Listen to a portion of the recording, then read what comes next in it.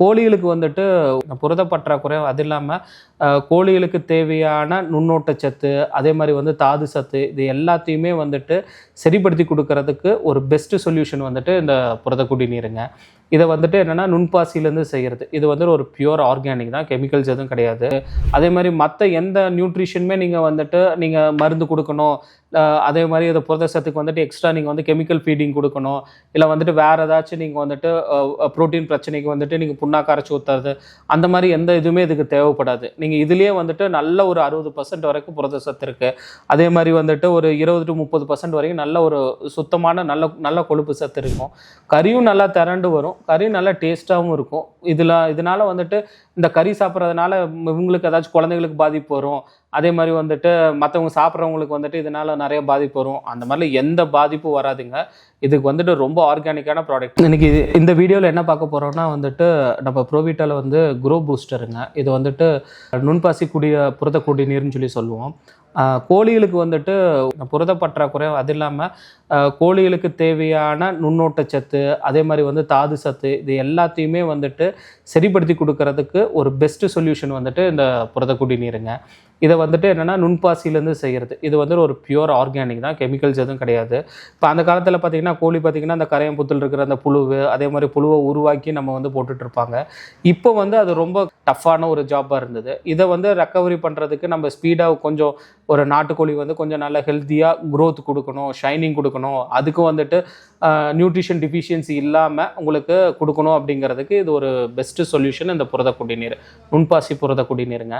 இதை வந்து டெய்லியும் வந்து கோழிக்கு நம்ம வந்துட்டு தண்ணி கொடுப்பீங்கள, அந்த தண்ணியில் வந்துட்டு ஒரு 5 to 10 ml வந்துட்டு இதை கலந்து கொடுத்துட்டு வாங்க. உங்களுக்கு கொடுக்க என்னென்னா கோழி வந்து நல்லா வெயிட் ஏறும், அதே மாதிரி நல்லா ஷைனிங் வரும். உங்களுக்கு இயற்கைக்கு மாற எந்த மாற்றமும் நடக்காது.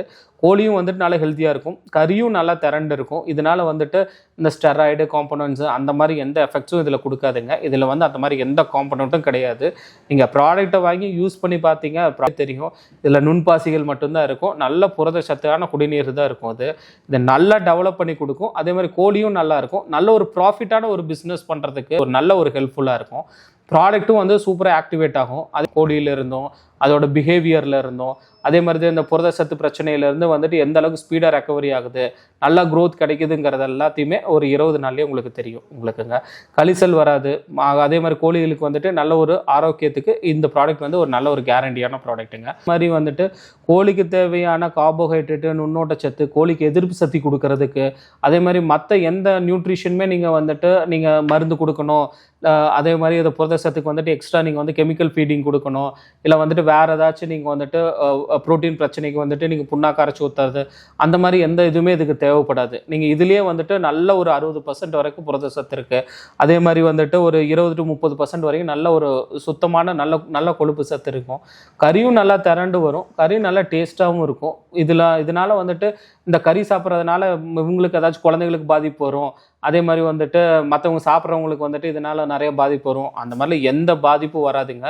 இதுக்கு வந்துட்டு ரொம்ப ஆர்கானிக்கான ப்ராடக்ட், அவ்வளோ வந்து ஹெல்த்தியான ப்ராடக்ட். யூஸ் பண்ணி பாருங்கள், பார்த்துட்டு உங்களோட ரிசல்ட்ஸை சொல்லுங்கள். இதை பற்றி வேறு ஏதாச்சும் உங்களுக்கு தகவல் வேணும்னா நீங்கள் வாட்ஸ்அப்பில் எங்களை காண்டாக்ட் பண்ணிக்கலாம்.